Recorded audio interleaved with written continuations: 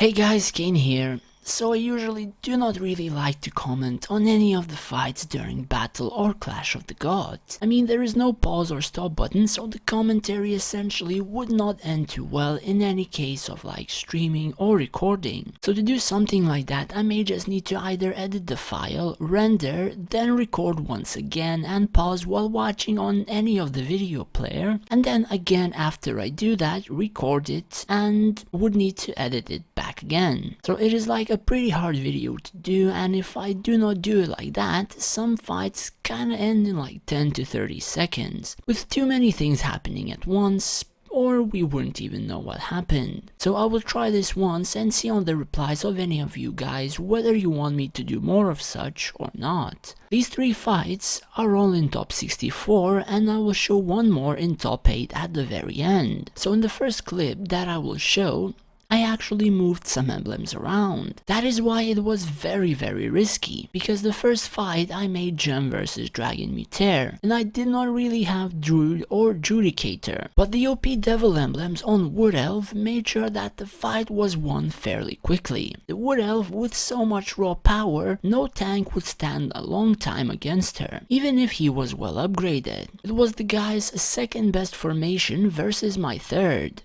I think he was also offline because he had a Xeron formation which was his strongest, so I could have even lost this gamble if he did log on. The second fight, Voodoo is a VIP 15 player and he chose to pit his gem against my Xeron. The bad thing about this is my devil has no emblems. I do not think I even had base POA on him because I moved emblems around and my devil was completely emblemless. However, most other Infernal units had their emblems. You could see from the damage on the first devil jump that nothing died from the enemy whenever he jumped, which with my own devil emblems, this jump plus Xeron ultimate would score minimum 3 kills on this formation, so this damage is a lot lower than what it should be. It doesn't have Angelic Alliance as well, so it was just straight rampage after the first couple of unit kills. Nothing too impressive since in a sense, Xeron does counter this formation if it does not have Druid or Judicator. I think he had Sandro, which if he placed, I am not sure if my emblemless devil could have passed those tanks, since those would do incredible amounts of damage by just even being alive,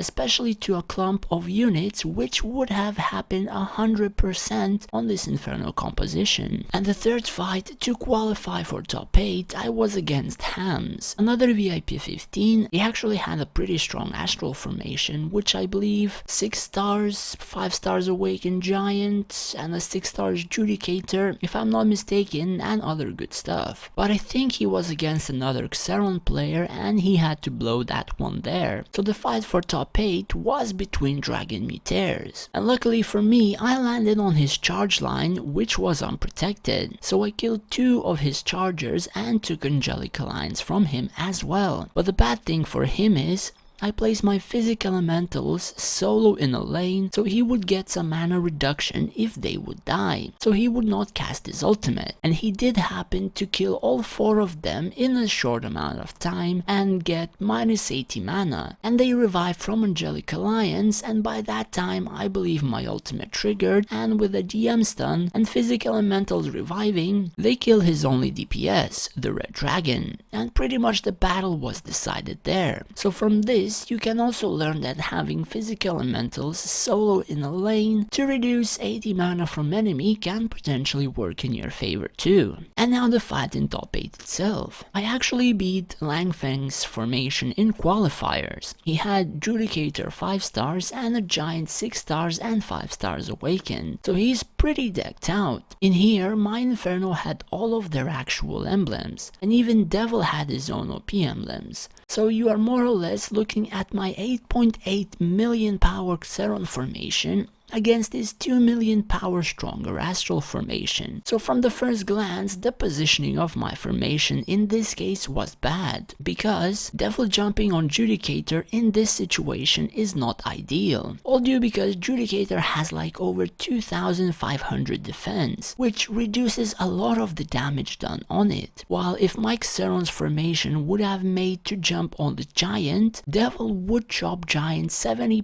HP per 1 auto, and in such a case proc all of the skills and angelic alliance pretty easily. But it happened that devil jumped on his Judicator, procced her invincibility, and magic airship healed her to full. And that was about 10 seconds, and after one of my tanks fell, it all went downhill from there. I was pretty close in killing his Judicator, and if that Judicator would have died here at this moment, my devil would have killed that entire line in just mere seconds, because I had Nightmare and Manticore reducing Ogre's defenses, and most of them were most likely at full stacks already. But alas, the PP was still too small, my devil ended up dying, and Langfeng's survivability proved superior to my own formation. I can say it was pretty close, like even with such a power difference, the formation I made is able to rival such strong ones. But other than that, I'm pretty glad I made it into top 8 just being VIP 13. Risky maneuvers, but in the end proved to be good and was able to buy some decent SSR Awaken shards from top 8. Hopefully I am able to fight such guys in the future too, since I end up upgrading my formations a bit more, looking at what may be lacking when I lose against people stronger than me. So anyways, that is it for the fights in this Clash of Gods. Let me know if you would like to see some more like this,